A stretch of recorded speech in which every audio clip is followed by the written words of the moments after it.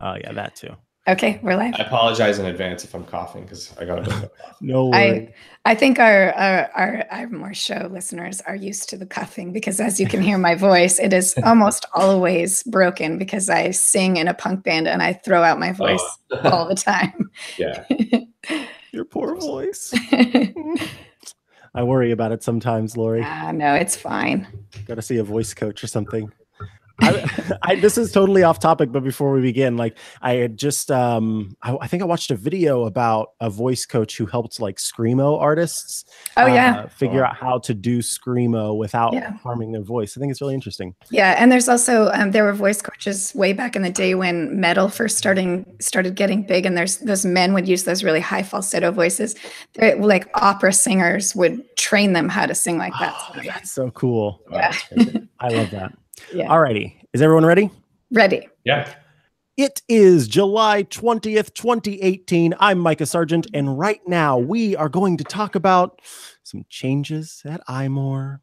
iPhone customers doing a pretty good job of spending money. The keyboards on the new MacBook Pros, Gorilla Glass, so much more. And we also have a special guest. But before we get there, I have to tell you that this is the iMore Show. Joining me, yes, there it is. Joining me this week is Lori Gill of the House Jameson, first of her name, the unfazed queen of the Mac and the first big cat, Gill of the Great Golden State, breaker of mic stands, and mother of dragons. Whoo, Lori, I'm so glad I finally got to say that on the iMore Show. How are you doing? I'm so good. Thank you very much. Micah, I just want to say, so this happened 2.5 years ago. We were all just kind of making jokes about how to identify each other. And somehow Micah came across this great way to name me, which is everything that he just said. I thought it was so funny. I made a text editor or a text expander for it so that anytime I wanted to say my name, that's how I used it. And we've been using it ever since then. It's been really funny.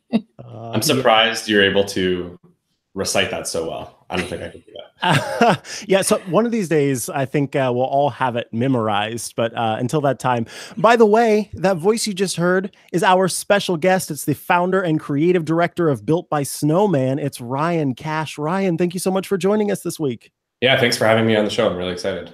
Yeah, we're excited to have you here. And in fact, I think we should just go ahead and hop right into it. So do you want to talk about I think that maybe a sort of a subset of Built by Snowman is something that many, many, many people are going to recognize. So what does your company do?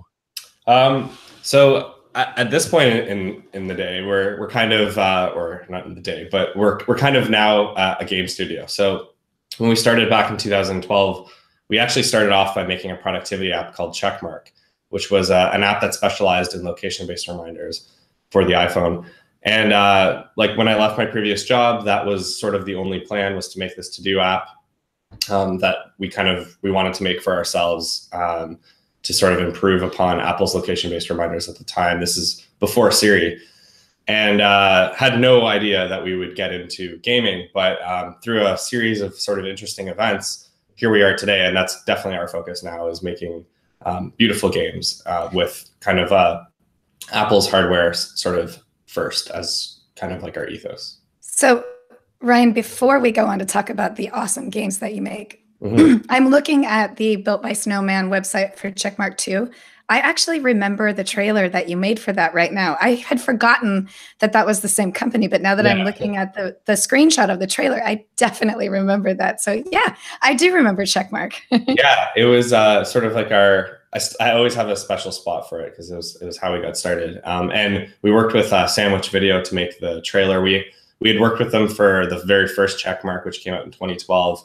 And then when we were making Checkmark 2, we decided to like bring them back and work with them again to make that kind of quirky trailer.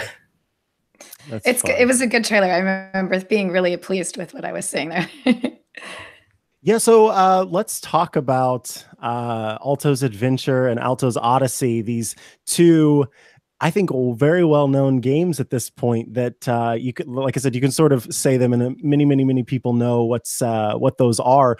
What was the, I don't know, the change from making a to-do list app to then creating these gorgeous games. How did that come about in the first place? And sort of how was that realizing when those games started to get popular, like that might be where you decided to sort of change and focus?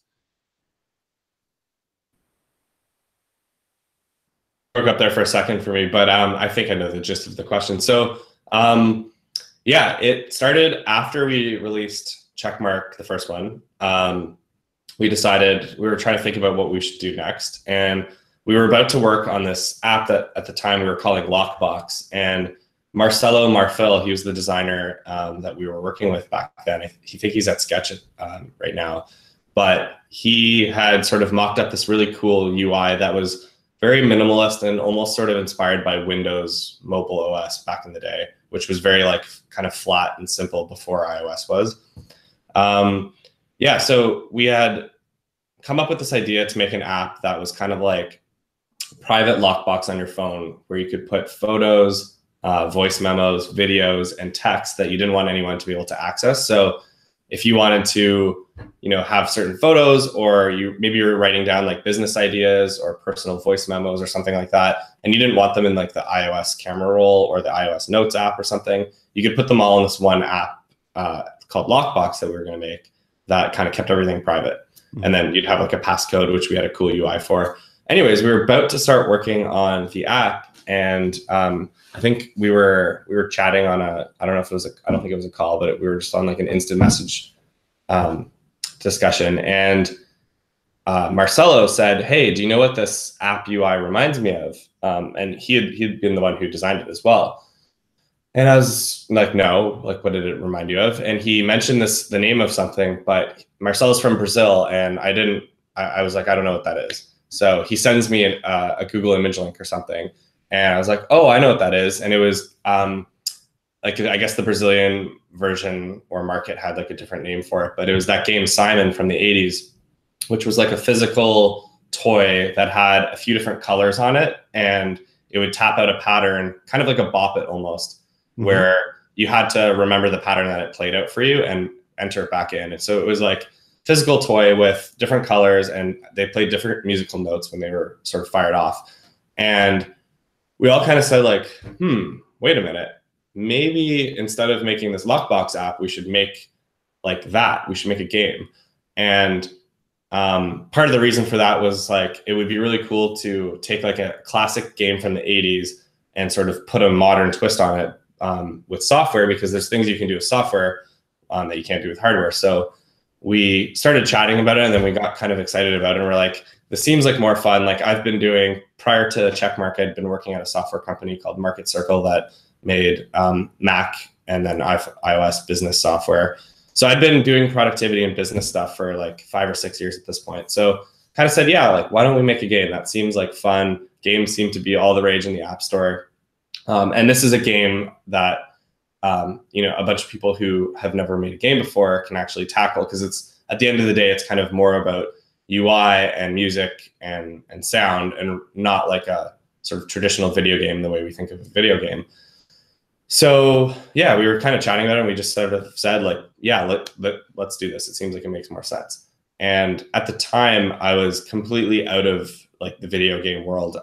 Growing up, Jordan and I, like the co-founder of Snowman, we played a lot of video games together. We would be, playing Tony Hawk's Pro Skater into the wee hours of the night. And I played a bunch of video games, yeah, as I said, growing up and into high school. But at a certain point, I kind of, I guess, just realized like, video games are kind of probably a waste of time, and I should focus on like my career and more adult things. And back then, I think video games had like a huge stigma behind them, which was like sort of couch potato, you're rotting your brain kind of thing. And I think it's just sort of crazy now looking back, because I think with anything, you have your, if you say like, I remember reading this blog post from this guy that I really respect, and I still do, but everything he ever wrote, I agreed with, until he said that, like, stop watching TV. It's rotting your brain. Basically, it's wasting your time. And I said, like, TV is such a blanket statement. Like, you have your storage wars, which no offense if anyone likes it, but I feel like that's kind of rotting your brain. But then you have like BBC's Planet Earth, and you can't just say that they're both TV. Well, I guess technically they are, but they're not the same thing. So I think the same is true with gaming as well. And I think it's taken a long time, and there's still definitely a lot of work to do. But I think games can teach you things, and they can make you think differently. And Florence is a great example, a game that came out around the same time as Alto's Odyssey. You play that, and then you start thinking about your own life and your own relationships. And that's something that you get better out of play and out of experiencing it yourself than just sitting there and like watching something passively or even yeah, some of my favorite games are those kinds of games that are sort of cerebral and make you think about things instead of just kind of like smashing buttons. So exactly. with Alto's Odyssey, you kind of went from this idea of the game of Simon. So how did the game of Simon turn into Alto's Odyssey? Right. So we started working on that game, which ended up becoming Circles. And that was our very first game that we launched. And basically, after we started officially working on Circles, I just sort of said to myself, like, if we're going to be making a game, I need to understand the market. I need to learn. I need to jump back in and play games. So I think at the time I bought a PS4. I started, or maybe no, it was PS3. Started downloading a bunch of iPhone games and playing things. And then it was Jordan who actually turned me on to playing Tiny Wings, which I was well aware of. And I remember when it had come out because I was working at Market Circle and a bunch of people in the office were playing. And I kind of looked at it and was like, oh, that looks kind of cool, but like, I don't care. I don't play games. It was sort of for me, just like, I don't play games, so I'm not going to download it. So I downloaded Tiny Wings and I started playing it, and I was like, wow, this is beautiful. And at the time, the only mobile games I think I'd played were Angry Birds and Cut the Rope, which were great games back then, and I think like pushed the industry forward. But for me, when I played those, they felt like very cartoony and very like mobile gamey, for lack of a better description. But Tiny Wings was the first time I was like, wow, video games can be art. And I never thought that they could be art. I only pictured like my childhood growing up, like Tony Hawk's Pro Skater and Halo and Counter-Strike and things like that. And then with mobile, like Angry Birds and Cut the Rope. And not that any of those aren't art, but I just didn't like experience them like that myself. So Tiny Wings, I fell in love with like the visual style and the music. And it was the first time I kind of also realized that a game could be like relaxing, because you could have like the Tiny Wings music playing and just sort of close your eyes and imagine that you're on a beach kind of thing. And that was my first experience, and like a very eye-opening one for me.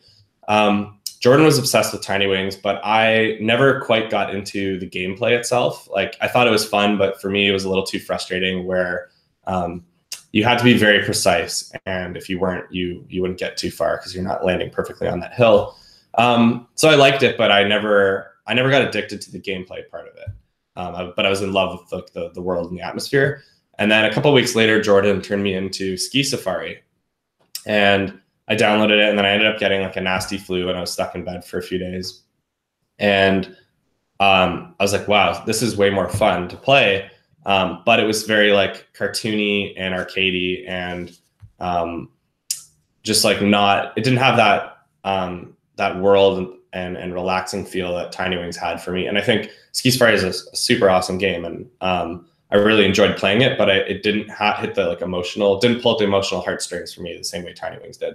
So I kind of thought to myself, like, what if, and also Ski Safari, you're skiing, and I grew up skateboarding and snowboarding, so I would have preferred if it was snowboarding, I guess.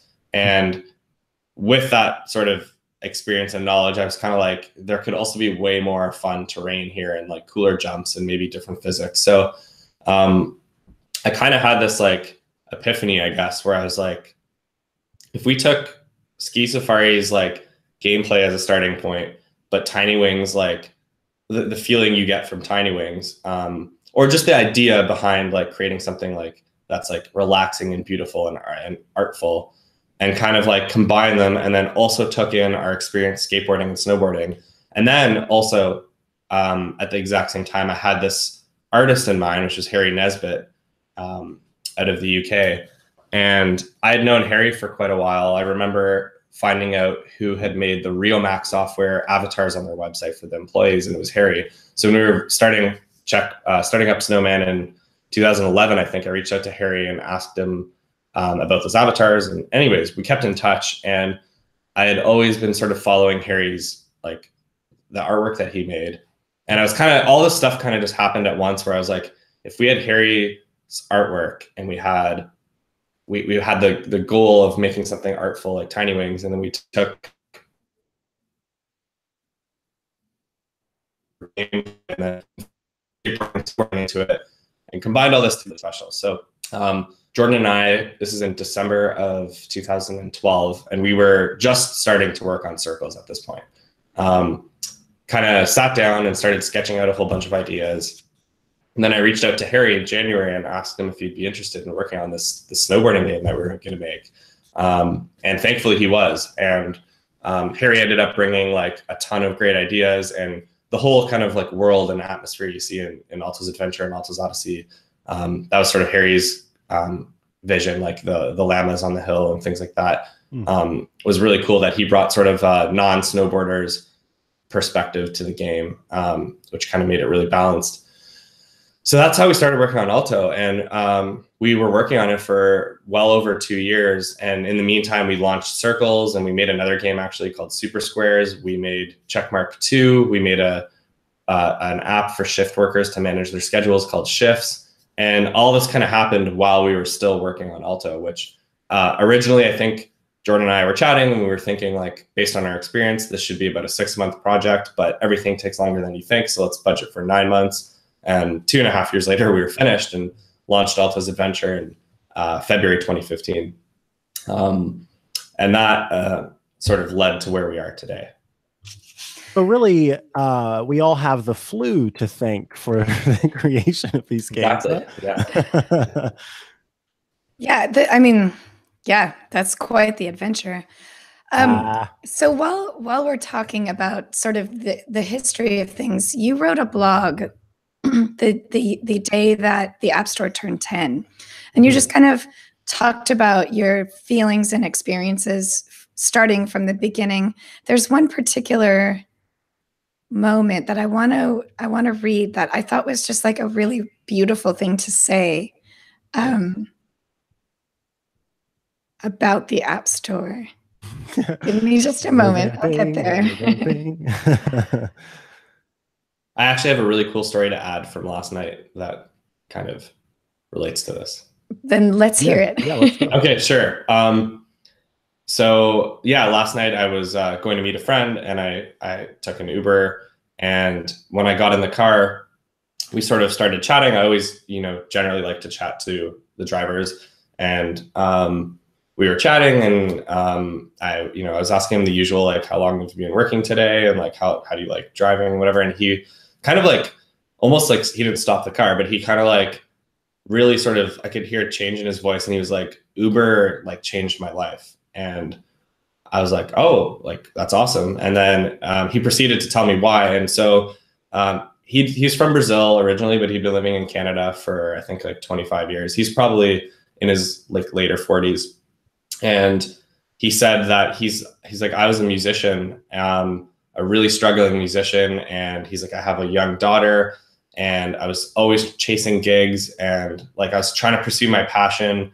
But he's like, I'll just be honest with you, I have no shame about it. I was making about $200 a week. And he's like, you can't afford to feed a family like my wife and my daughter on that much money. And he's been doing this for forever, and he didn't want to give up on his dream of music. And he was like, Uber honestly changed my life. And he's like, now I make like quite a bit of money. I have more than enough money to feed my family. And I'm still able to, because of the flexibility of it, to do the music stuff. So he still plays in gigs whenever he can. And it was like, kind of like, I got like goosebumps when he was telling me the story, because it was an example of the way I was connecting it was like Uber changed his life, but it was kind of almost really like the iPhone changed his life, because none of this would have been possible before. And I'm sure there's tons of similar stories with that, and with things like Airbnb and all kinds of other things. But it was just an example of like his life really improving from something like this. And he mentioned that he was one of the top 25 drivers in Toronto, and there's 100,000 drivers here. And so Uber like told him that, and then they sent a film crew to his house, and they're making like a little mini documentary about his story. But I was like, wow. And he just was like, I could really hear it in his voice that like he'd been struggling for so long, and then now like almost overnight, he said, like really within like a week, his whole life changed. Wow. That's so that's great. all from like the App Store and the iPhone. And yeah. So yes. And the quote that I want to say that really does relate to this Uber driver's experience. The App Store. This is from Ryan Cash from a blog that he put up the day that the App Store had its 10-year anniversary. The App Store has changed the world so drastically that it's hard to even imagine sometimes. In some ways, the world feels kind of the same as it did 10 years ago, but only for a second. In almost every single way, with almost every single thing we do, the iPhone and the App Store have changed how we live as humans. It's changed how we communicate, how we share, and how we express ourselves artistically. It's changed how we travel, do business, and how we eat. It's made us healthier, wiser, and a little goofier. It truly kickstarted a massive global revolution that, while even 10 years in, feels like it's just the beginning. That's such a perfect way to describe how the App Store has changed our lives and is also in such its infancy stages, even though it has changed our lives so much in 10 years. Mm-hmm. Yeah. I can only imagine what will be happening in another 10. Yeah. I think our iPhones are going to rule us. Well, especially with the way Siri is getting smarter and smarter. That's what they're working on right now, it seems. We've gotten to a point now where these devices are so important to us. And so that's why we've got all these different apps and services and companies working on screen time and different ways to help us sort of manage our own use of these devices. And I'm appreciative of that, because as much as we like to sort of have this very arrogant attitude that like, oh no, like it's only the people who have no self-control that are controlled by their phones or something like that. It's like psychologically, that's just not how it works. And our brains like have these patterns built into them, and it makes us more anxious or more excited or more this or more that whenever we get notifications, and all of those things affect a vast majority of people. And so if there's some way that we can work in these methods of cutting back or better understanding how much we're using our devices, then it's going to be better. And like one of my favorite examples is a service that I use all the time on the iPhone, which is Do Not Disturb While Driving. You know, you want to say that you are the person who would never text and drive. And then there are plenty of people who are like, I text and drive, I don't care. I know that if I did not have Do Not Disturb While Driving on, a message might come through from someone, and I might just spend the whole rest of the car ride going, I wonder what that says. Maybe while we're at the stop sign or the stoplight, I can go ahead and check that. Man, I really wonder what's going on there. Oh, I just got a tweet. And by having that turned off, I don't have to think about it at all. And when I get to the place where I'm going, then it's fine. So yeah, I think that at the same time that these devices are changing our lives, we're getting to a place now where we have had our lives changed, and we've got to find, I think, a happy medium. Yeah. I think that's really important as well. Yeah. So let's talk a little bit about the future of Snowman. So 2 things. One, let's talk about a big announcement that you just made 3 days ago. Yeah. So next Thursday, Alto's Odyssey will be coming to Android. And we're really excited to do that because we have, a massive fan base there that has been waiting for the game very patiently. So thank you. We're 6 months earlier than last time. So with Alto's Adventure, it came out in February of 2015, and we didn't bring it to Android until February 2016. So it took us a full year. So this time, we're happy to be bringing it there a lot sooner, and working with Noodle Cake has made that possible once again. And this time we were able to kind of like figure out our plans for Android before we even finished working on the game. And Noodle Cake came out to Toronto, and we were chatting about it. And we were just sort of more prepared than the first time. The first time, kind of like I said, like we've always been like an iOS and like Apple device focused company, because that's just where we all kind of had our beginnings. And so when we were making Alto's Adventure, it was never even planned for Android. It was like, we're making this thing for the iPhone and for the iPad, and let's like see what happens, and hopefully it does well. But we had never brought in any of our previous apps or games to Android. So when it came out and had been doing well, you know, the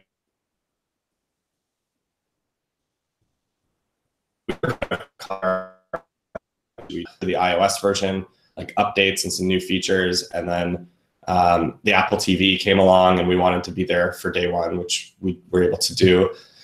And we also did Zen Mode, which was not part of the original release of Alto's Adventure, but something that I think has become very important to the franchise. And so we were just busy. I love game mode. Oh, thanks. Oh, Zen Mode, I mean. Zen Mode, yeah.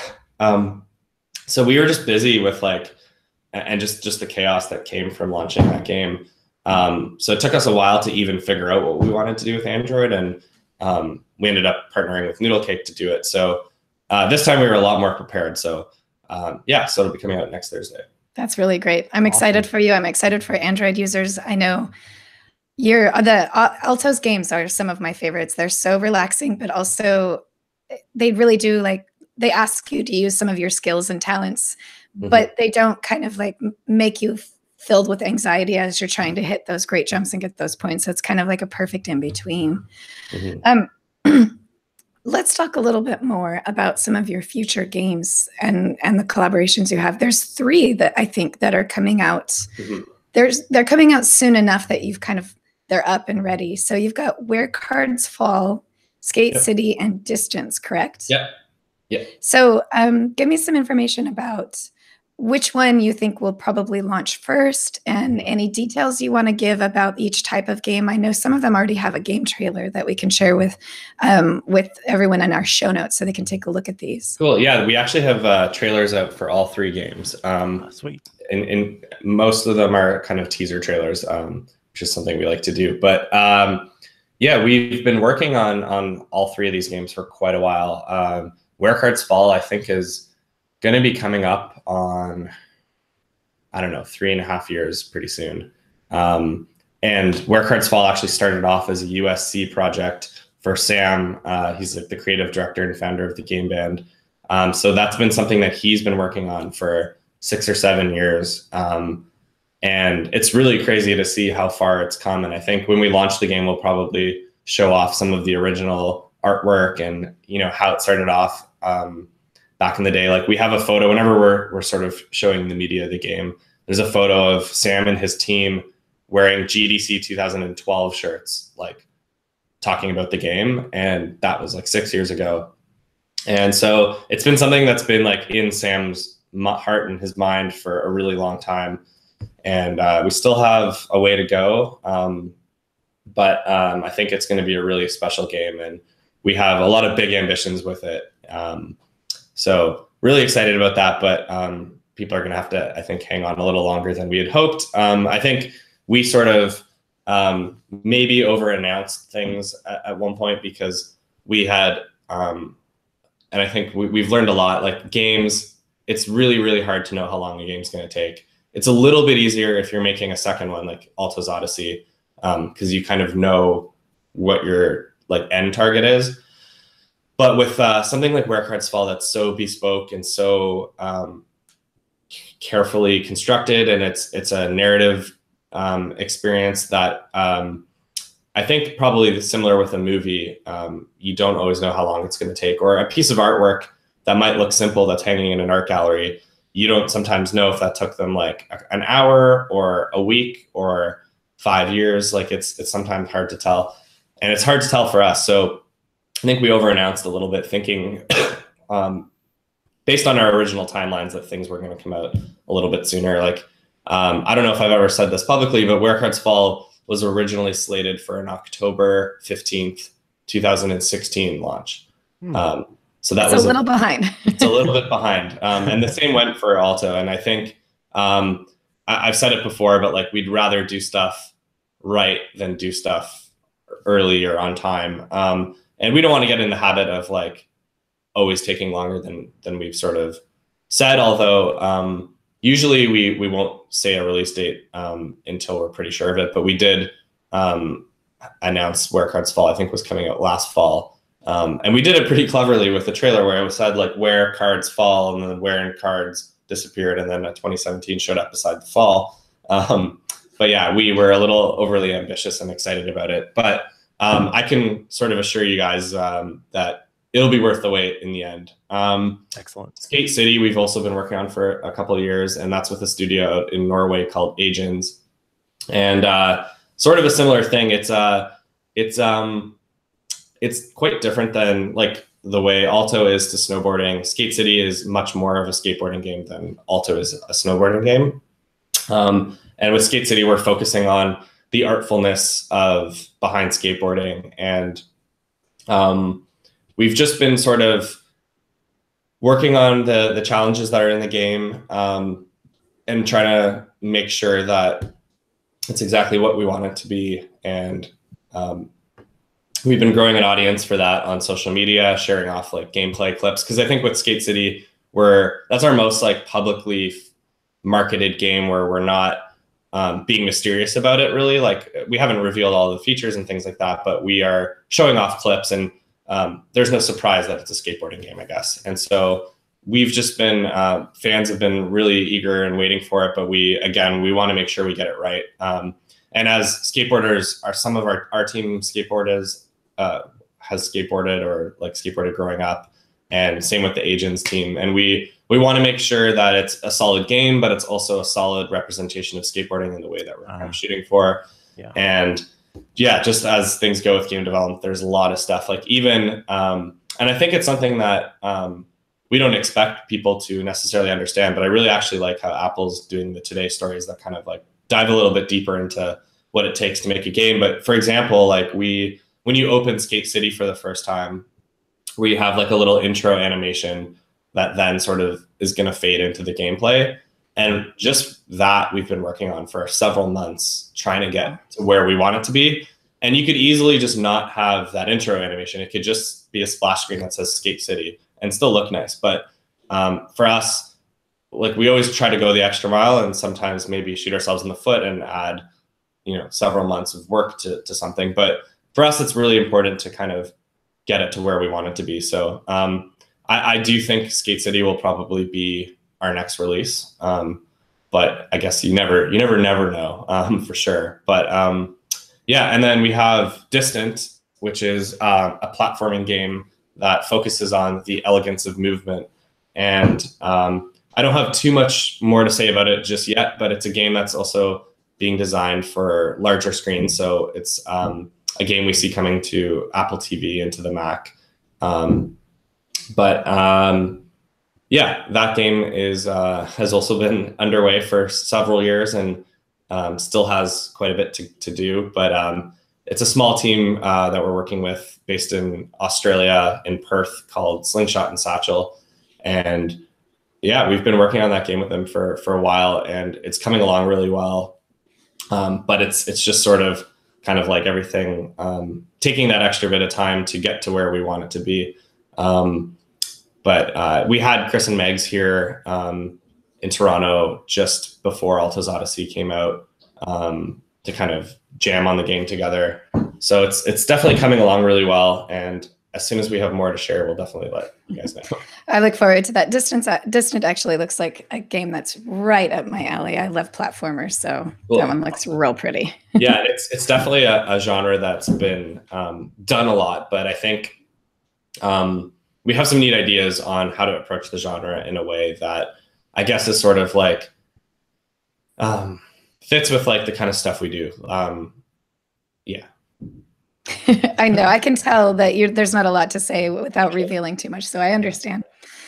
It was really great talking to you. We really had a great time. You gave us a lot of insight into the history of Built by Snowman and the work that goes into trying to build these games. And I can say it's the amount of time that it takes you to get these games out has paid off, because they're so beautiful and so fun to play.